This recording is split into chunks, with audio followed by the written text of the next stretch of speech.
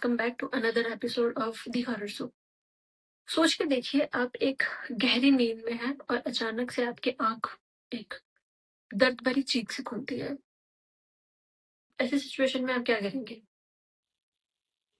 आप एक सुनसान पहाड़ी घाटी में हैं और आपके आसपास सिर्फ अंधेरे और सन्नाटे के अलावा कुछ नहीं है। पर आपको एक चीख सुनाई देती है और जब आप बाहर जाके देखते हैं तो आपको एक जलता हुआ आदमी आपकी आंखों के सामने से भाग के जाता हुआ दिखाई देता है। आज की कहानी हमारी कुछ ऐसी है।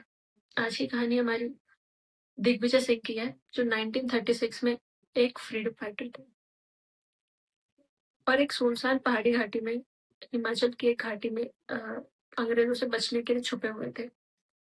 उनके साथ कुछ ऐसा हुआ जो शायद हम लोग कभी इमेजिन भी नहीं कर सकते हैं। 1936 का समय था। हिंदुस्तान में क्रांति अपने चरम पर थी। हर तरफ बस एक ही आवाज थी, आजादी।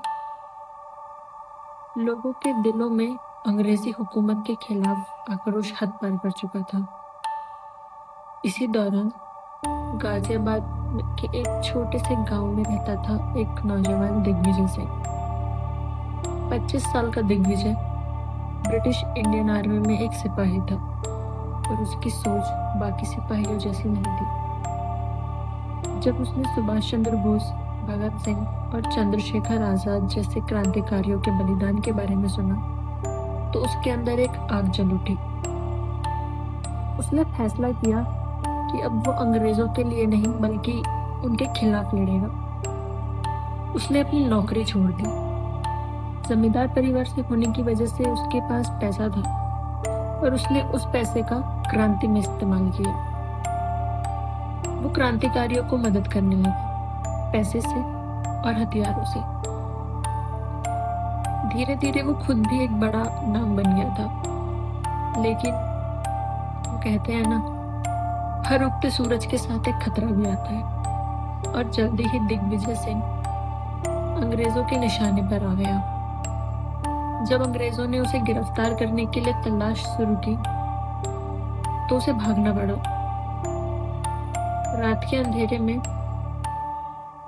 अपने कुछ विश्वसनीय साथियों के साथ वो पहुंच गया हिमाचल के पहाड़ों पे, कुल्लू के पास एक सुनसान घाटी में। वो घाटी अजीब थी, इतनी शांत जैसे इस दुनिया से ही अलग। ना कोई आवाज, ना कोई इंसान, सिर्फ गहरा जंगल और सन्नाटा। इसी जंगल के बीच दिग्विजय को एक छोटा सा पुराना केबिन मिला। लकड़ी का बना हुआ एक कमरा, एक खिड़की और एक दरवाजा। छुपने के लिए बिल्कुल सही जगह। वो अंदर गया। सब जगह धूल, जाले और पुरानी हवा की एक अजीब सी गंध, जैसे सालों से वहां कोई नहीं आया हो। तभी उसे एक ग्रामोफोन दिखा।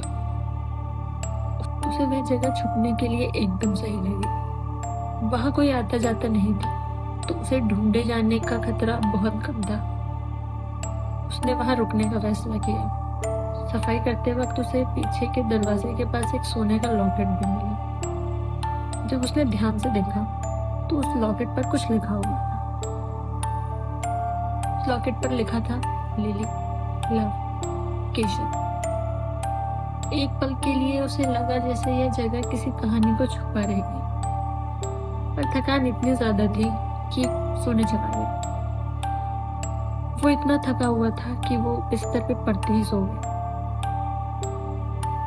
पर रात को करीब 2 बजे अचानक उसकी नींद खुली, एक चीख से।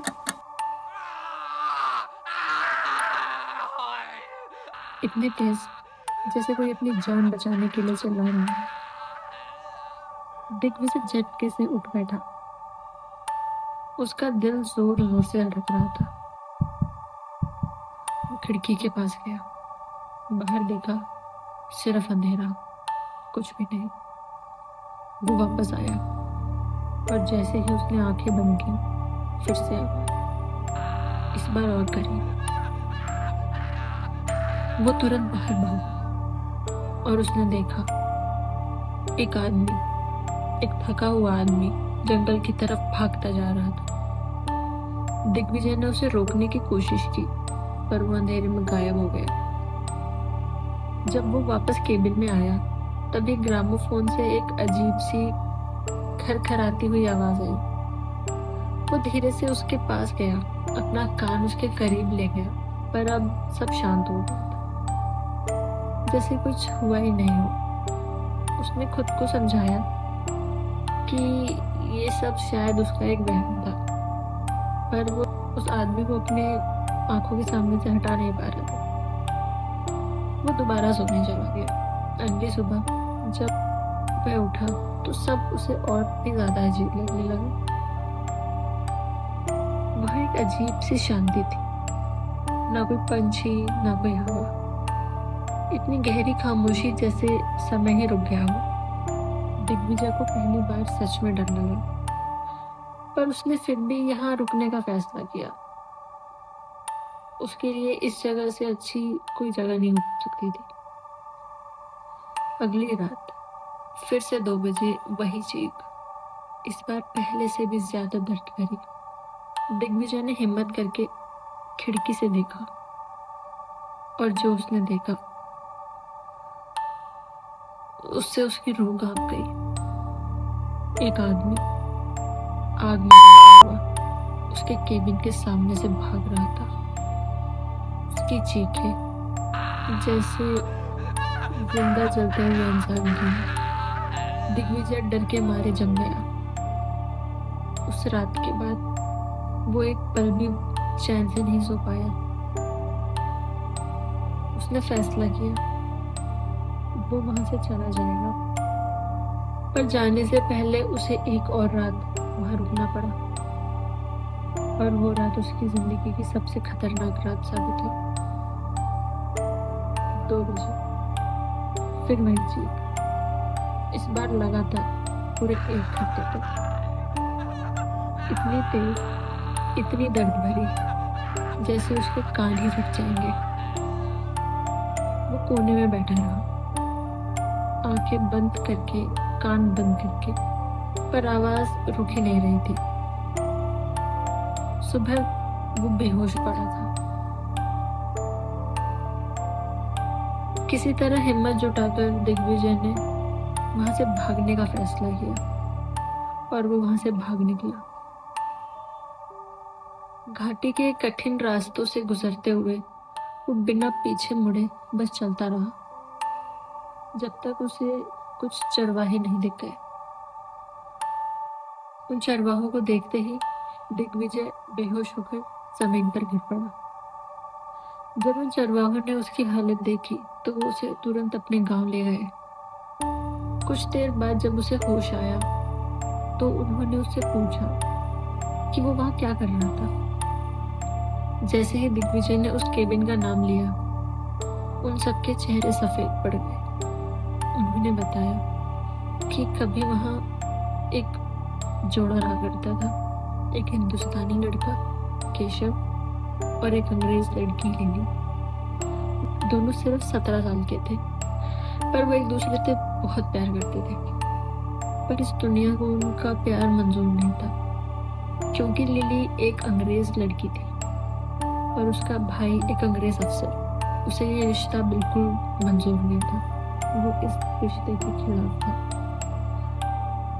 पर दोनों भागकर इस घाटी में आ चुके। पर कुछ ही महीनों बाद उसके भाई ने उन्हें ढूंढ लिया, और फिर केशव को लिली के सामने जिंदा जला दिया गया। उसकी चीखें, उसकी तड़प सब लिली ने अपनी आंखों से देखी। वो उस दर्द को बर्दाश्त नहीं कर पाई और कुछ ही दिनों में उसने भी अपनी जान दी थी। तब से उस घाटी में केशव की चीखें गूंजती है। लोग कहते हैं जो भी वहां जाता है वो या तो वापस नहीं आता, और अगर आता है तो कभी पहले जैसा नहीं रहता। दिग्विजय बच गया, पर वो कभी अकेला नहीं रह पाया। आज भी रात के अंधेरे में उसे वही चीखें सुनाई देती है। कुछ जगहें सिर्फ जगहें नहीं होती, वो अपने अंदर अधूरी कहानियां और दर्द छुपाए रहती है, और कभी कभी वही दर्द वक्त के बाद भी खत्म नहीं होता।